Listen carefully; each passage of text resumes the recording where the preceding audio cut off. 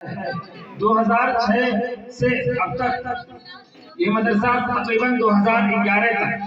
بس یوں ہی چلتا رہا کہ بچے آتے رہے مکتب کی شکل میں پڑھتے رہے اور چلے جاتے تھے۔ 2011 کے بعد میرے دل کے اندر ایک خیال آیا کہ کچھ آگے کے لیے بھی کرنا چاہیے، ایسے کام نہیں چلے گا، تو میں نے انہی بچوں میں سے تیار کر کے 2-3 بچوں کو حفظ کی تعلیم دینا شروع کیا۔ آج الحمدللہ ان بچوں کے دستار کے بعد اس مدرسے سے 44 بچے حافظ قرآن ہو گئے، حفظ کر کے یہ تعلیم سے آراستہ ہوئے اپنے، اور اس سے پہلے جو بچے اپنے دور دراز علاقوں میں دین کی خدمت انجام دے رہے ہیں۔ طلبہ کی تعداد بڑھتے ہوئے مدرسہ اعظہ کی عمارت کم پڑ گئی ہے۔ اراکین مدرسہ خصوصاً مدرسہ اعظہ کے صدر جناب محمد نسیم کیرتی صاحب، جناب محمد شمیر فن صاحب، حاجی محمد اسلم صاحب، ابو الکلام صاحب اور عبد القوی صاحب، رئیس خراجی صاحب اور دیگر ممبران جو مدرسے کے ہیں، ان تمام نے یہ عزائم لے رکھا ہے کہ مدرسہ اعظہ کی جو بالائی سطح ہے، منزل ہے،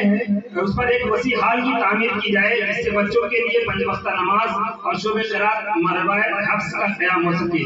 آخر میں یہ اپنے تمام اہل خیر حضرات خصوصاً محلہ پیر بٹاون کے سبھی ساتھیوں کے لیے بارگاہ عزتی میں دعا گو ہوں کہ اللہ آپ سب کو اپنے امان میں رکھے، اور جو بھی مہمان آئے ہیں ان سب کی آمد کو میں قبول کر کے ان کا شکریہ ادا کرتا ہوں اور مبارکباد پیش کرتا ہوں۔ انہی باتوں میں میں اپنی اس تقریر کو ختم کرتا ہوں، اس خطبے کو ختم کرتا ہوں۔ وآخر دعوانا الحمدللہ رب العالمین۔ اگر کسی کی خدمت میں کوئی کمی و زیادتی رہ گئی ہوگی تو وہ معاف کریں گے، اس لیے کہ انسان سے خطا ہوتی ہے۔ جتنے بھی مہمان آئے ہیں یا بہت سارے لوگ ایسے جن کو بیٹھنے کا انتظام نہیں ہو پایا، کسی طرح سے بھی اگر کسی کو کوئی تکلیف ہوئی، ہم ان کا اکرام نہ کر پائے تو اللہ کی ذات سے وہ معاف کریں گے۔ کوشش کریں گے کہ آئندہ ایسا نہ ہو، اور ہمارے لیے بھی اور مدرسے کے لیے، ان بچوں کے لیے، ہمارے اساتذہ کے لیے اور جو مدرسے کے ممبران اور کمیٹی کے دیگر حضرات ہم سب کے لیے دعا کی گزارش کرتا ہوں کہ اللہ تعالیٰ آپ کے ذریعے سے ہم لوگ کی حوصلہ افزائی کرے اور ہم لوگوں کو تھوڑا حوصلہ دے کہ ہم اس کام کو ٹھیک طرح سے کر سکیں۔